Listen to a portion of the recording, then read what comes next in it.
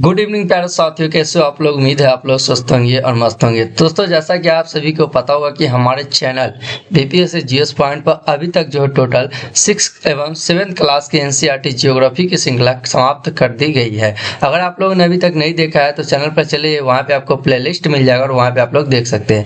इसी के साथ एक क्वेश्चन था कि 8 क्लास की एनसीईआरटी ज्योग्राफी को स्टार्ट किया जाए कि नहीं किया जाए। तो दोस्तों, ये भी क्लास होगी और हो सके तो आगे 12 तक ये लगातार चलती रहेगी। तो फिलहाल आज का जो हमारा है वो 8 क्लास की एनसीईआरटी ज्योग्राफी की स्टार्ट होने जा रही है। अगर आप लोगों ने अभी तक भी हमारे चैनल को सब्सक्राइब नहीं किया है तो सब्सक्राइब करके बेल आइकन को प्रेस कर लीजिए। इससे पहले हम लोग देखेंगे कि आज की जो 8 क्लास की एनसीईआरटी ज्योग्राफी है इसमें हम लोग क्या क्या पढ़ने वाले हैं। ठीक है, तो हमारा जो पहला है इसमें टॉपिक है वो है संसाधन, यानी हम लोग संसाधन के बारे में देखेंगे। दूसरा है कि भूमि, मृदा, जल, प्राकृतिक वनस्पति और वन्य जीवन संसाधन के बारे में डिस्कस करेंगे। तीसरा जो है वो है खनिज और शक्ति संसाधन। चौथा इसी के साथ है कृषि के बारे में हम लोग देखेंगे। उद्योग है पांचवा, उद्योग के बारे में भी हम लोग डिटेल में देखेंगे। और छठा जो है हमारा वो है मानव संसाधन। तो ये जो है 8 क्लास की एनसीईआरटी ज्योग्राफी के 6 चैप्टर है, इसी पे अभी आगे तक वीडियो चलेगी। तो फिलहाल आज का जो चैप्टर है चलिए उसे अब स्टार्ट कर लेते हैं। ठीक है, तो हमारा जो पहला आज का जो टॉपिक है वो है कि संसाधन, और संसाधन के बारे में देखेंगे। सबसे पहले हम देखते हैं कि संसाधन आखिर होता क्या है। ठीक है, संसाधन क्या कहते हैं, संसाधन की परिभाषा, ये सभी के सभी यहाँ पे है। ठीक है, संसाधन का अर्थ जो भी आप समझे। तो प्रत्येक वस्तु जिसका उपयोग आवश्यकताओं को पूर्ति करने के लिए किया जाता है ना, वो क्या है, संसाधन है। ठीक है, जैसे में आप वो क्या करते हैं, खाना खाने के लिए, जैसे खाना पकाने के लिए गैस का उपयोग करते हैं, कोई ईंधन का प्रयोग करता है, वो सभी क्या है, संसाधन हो सकते हैं। ठीक है, और जैसे आप सोने के लिए बेड का यूज करते हैं, वो सभी के सभी संसाधन में आ जाएंगे। इसी के साथ देखेंगे एक वस्तु अथवा पदार्थ की उपयोगिता, मतलब एक वस्तु अथवा पदार्थ की उपयोगिता या प्रयोज्यता क्या करती है, उसे एक संसाधन बनाती है। ठीक है, अब देखते हैं कि वस्तु का प्रयोग अथवा उपयोगिता इसे मूल्य प्रदान करते हैं। सभी संसाधन मूल्यवान नहीं होते हैं। ये सभी के सभी जो नोट्स है वो आप लोग क्या कीजिएगा, नोट्स बना लीजिएगा। ठीक है, सभी के सभी संसाधन मूल्यवान नहीं होते हैं। और मूल्य कैसे प्रदान होता है, तो जैसे कोई वस्तु का अगर आप प्रयोग करेंगे तभी उसका मतलब कुछ मूल्य होगा, महत्व होगा। और सबसे पहले बात कि इसमें आप जान लीजिए कि संसाधन में जो मूल्य का अर्थ होता है ना, वो रुपया से संबंधित नहीं होता है, महत्व होता है कि उसका क्या महत्व है आपके जीवन में। ठीक है, तो वस्तु का उपयोग अथवा उपयोगिता, ठीक है, प्रयोग अथवा उपयोगिता इसे मूल्य प्रदान करती है। और सभी जो संसाधन है वो मूल्यवान नहीं होते हैं। धातु का अर्थ महत्व होता है, इसमें जो है मूल्य का अर्थ जो होता है वो महत्व होता है। ठीक है, जैसा कि मैंने आपको बताया कि संसाधन में जो है ज्योग्राफी में मूल्य का अर्थ क्या है, महत्व है यहाँ पे संसाधन में। ठीक है, अब देखते हैं कि धातुओं का आर्थिक मूल्य होता है। धातुओं का जो होता है वो आर्थिक मूल्य होता है, लेकिन एक मनोरंजन भूदृश्य का आर्थिक मूल्य नहीं होता है। ठीक है, अब पेटेंट देखेंगे, पेटेंट किसे कहते हैं ये सिंपल भाषा में हम आपको समझाएंगे। पहले देखिए कि इसका तात्पर्य किसी विचार अथवा आविष्कार पर एकमात्र अधिकार से है। मतलब पेटेंट का अर्थ सीधा सा होता है कि जैसे आपने कोई आविष्कार किया है, ठीक है, अब वो जनसाधारण के लिए मतलब सबके यूज के लिए किया आपने कोई आविष्कार और वो सफल रहा, तो सरकार आपको जो उस पर पूरी तरह से तो अधिकार नहीं देगी, जो अधिकार देगी उसे ही पेटेंट कहते हैं। नीचे पॉइंट है कि समय और प्रौद्योगिकी दो महत्वपूर्ण कारक है जो पदार्थ को संसाधन में परिवर्तित करती है। मतलब प्रौद्योगिकी और समय जो दो महत्वपूर्ण कारक है, ये दोनों कारक है जो पदार्थों को संसाधन में परिवर्तित करती है।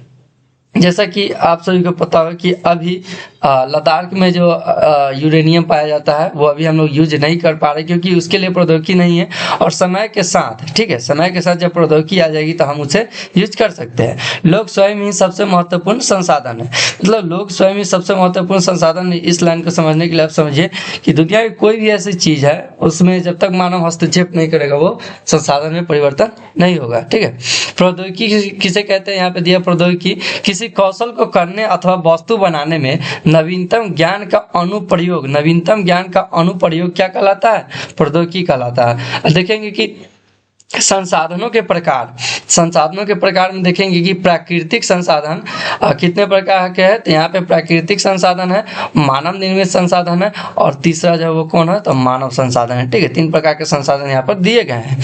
अब देखें प्राकृतिक संसाधन किसे कहते हैं, तो जो संसाधन प्राकृतिक से प्राप्त होते हैं, प्रकृति से, उसे हम क्या कहते हैं, और अधिक संशोधन के बिना उपयोग में लाए जाते हैं, वो प्राकृतिक संसाधन कहलाते हैं। मतलब वैसा संसाधन जो प्रकृति से प्राप्त होता है तथा अधिक संशोधन के बिना प्रयोग में उपयोग में लाए जाते हैं, प्राकृतिक संसाधन कहलाते हैं।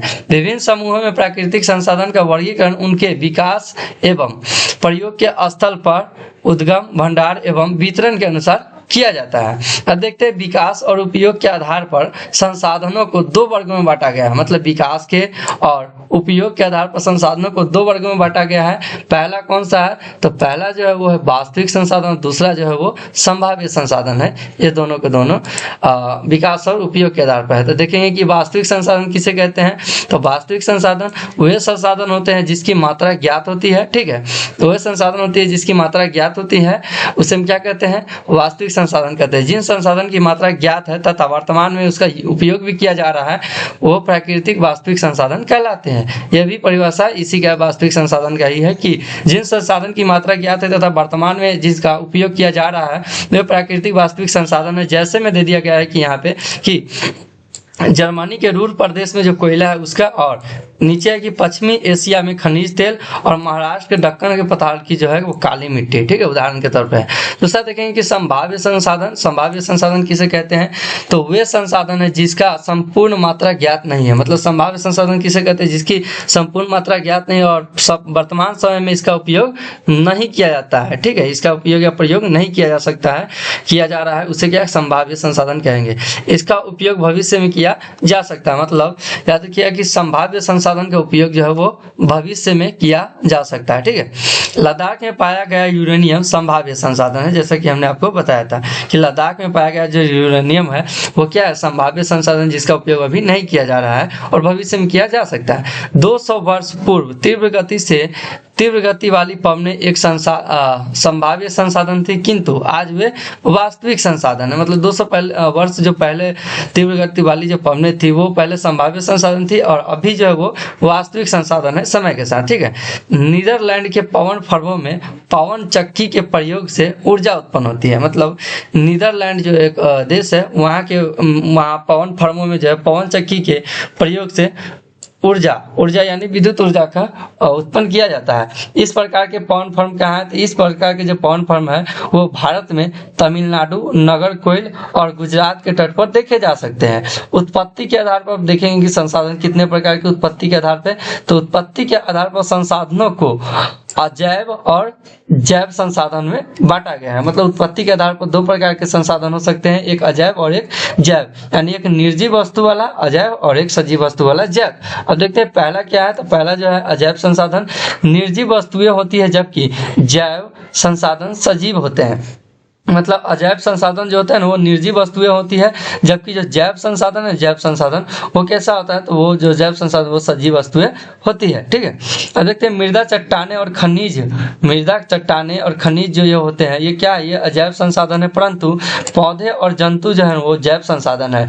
प्राकृतिक संसाधन को विस्तृत रूप से नवीकरणीय और अनवीकरणीय संसाधन में विभाजित किया जा सकता है। मतलब जितने प्राकृतिक संसाधन सभी को विस्तृत रूप से किस चीज में, तो नवीकरणीय और अनवीकरणीय संसाधन में विभाजित किया जा सकता है। नवीकरणीय संसाधन किसे कहते हैं, वे संसाधन है जो शीघ्रता से नवीकृत अथवा पुनः पूरित हो जाते हैं। मतलब नवीकरणीय संसाधन वे संसाधन है जो शीघ्रता से, मतलब बहुत जल्दी क्या होते हैं, पुनः उसका निर्माण हो जाता है, उसी को क्या कहते हैं, नवीकरणीय संसाधन कहते हैं। इनमें से कुछ असीमित है और उन पर मानवीय क्रियाओं का प्रभाव नहीं होता है। जैसे में सौर एवं पवन ऊर्जा के 2 उदाहरण है। ठीक है, नवीकरणीय संसाधन का कुछ नवीकरणीय संसाधन जैसे जल मृदा और वन का लापरवाही से किया गया उपयोग उनके भंडार को प्रभावित कर सकता है। दूसरा है कि अनवीकरणीय संसाधन वे संसाधन है जिनका भंडार सीमित है। मतलब अनवीकरणीय संसाधन का जो भंडार है वो सीमित होता है। एग्जाम्पल के लिए जैसे कोयला, पेट्रोलियम तथा प्राकृतिक गैस।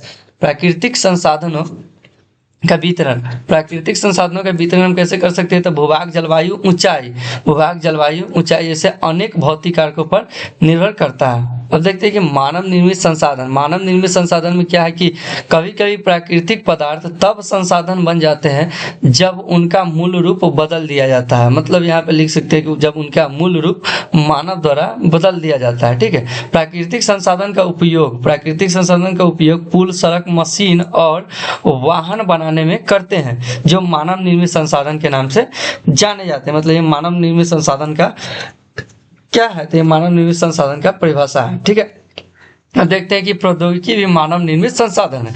प्रौद्योगिकी क्या है? तो प्रौद्योगिकी जो है ना वो मानव निर्मित संसाधन है। और संसाधन का भंडार किसे कहते हैं? संसाधन का भंडार, यह उपयोग के लिए संसाधन का उपलब्ध भंडार है, जिसे मतलब आप अपने आवश्यकता अनुसार क्या कर सकते हैं? उपयोग कर सकते हैं। अब देखते हैं मानव संसाधन, मानव संसाधन लोग और अधिक संसाधन बनाने के लिए प्रकृति का सबसे अच्छा उपयोग तभी कर सकते हैं जब उनके पास ऐसा करने का ज्ञान, कौशल तथा प्रौद्योगिकी हो। ठीक है, इसलिए मनुष्य एक विशिष्ट प्रकार का संसाधन है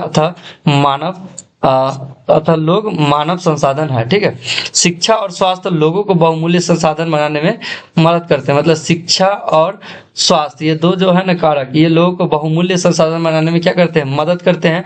अधिक संसाधनों के निर्माण में समर्थ होने के लिए लोगों के कौशल, अधिक संसाधनों के निर्माण में समर्थ होने के लिए लोगों के कौशल में सुधार करना मानव संसाधन विकास कहलाता है। मतलब मानव संसाधन विकास का ये परिभाषा है। क्या कि इसे और अधिक संसाधन बनाना होगा तो उसके लिए क्या करना पड़ेगा? तो लोगों के कौशल में सुधार, मतलब उसकी सोच में सुधार करना पड़ेगा, उसी को मानव विकास संसाधन कहते हैं। और देखिए संसाधन संरक्षण के बारे में देखेंगे कि संसाधनों का सत्कर्ता पूर्वक उपयोग करना और उन्हें नवीकरण के लिए समय देना संसाधन संरक्षण कहलाता है।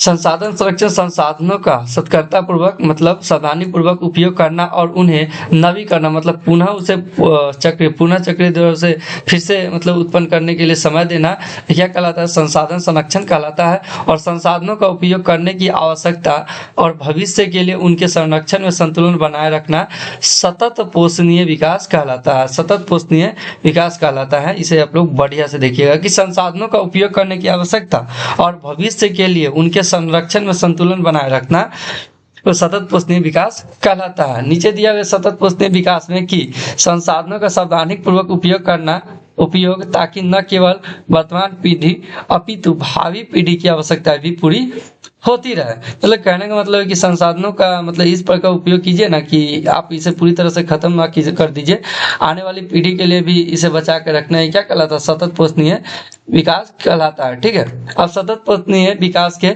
कुछ सिद्धांत है। जैसे पहला, जीवन के सभी रूपों का आदर एवं देखभाल करना। ठीक है, दूसरा है कि मानव जीवन की गुणवत्ता को बढ़ाना, मानव जीवन की गुणवत्ता को बढ़ाना। तीसरा, पृथ्वी की जीवन शक्ति और विविधता का संरक्षण करना, पृथ्वी की जीवन शक्ति और विविधता का संरक्षण करना। और चौथा है प्राकृतिक संसाधन के ह्रास को मतलब प्राकृतिक संसाधन के नुकसान को कम से कम करना। पांचवा, पर्यावरण के प्रति व्यक्तिगत व्यवहार और अभ्यास में परिवर्तन। ठीक है, समुदाय को अपनी पर्यावरण की देखभाल करने योग्य बनाना। उसके बाद है कि हमारी पृथ्वी और इस पर निवास करने वाले लोगों का भविष्य पेड़ पौधे और तंत्र की सुरक्षा और संरक्षण से जुड़ा है। अब यह सुनिश्चित करना हमारा कर्तव्य हो जाता है कि सभी नवीकरणीय संसाधनों के उपयोग सतत पोषणीय है, पृथ्वी पर जीवन की विविधता संरक्षित की जाए और पृथ्वी प्राकृतिक पर्यावरणीय तंत्र की हानि को कम से कम किया जाए। ठीक है, तो दोस्तों इसी के साथ जो हमारा आज का जो टॉपिक है 8th क्लास के पहले चैप्टर की एनसीईआरटी ज्योग्राफी की वो समाप्त हो जाती है। और अगर आप लोगों को वीडियो अच्छा लगा तो वीडियो को लाइक कीजिए और चैनल को सब्सक्राइब करके इसे ज़्यादा से ज़्यादा अपने दोस्तों के साथ शेयर कीजिए। तो मिलते हैं फिर से नेक्स्ट टॉपिक के साथ, तब तक के लिए जय हिंद।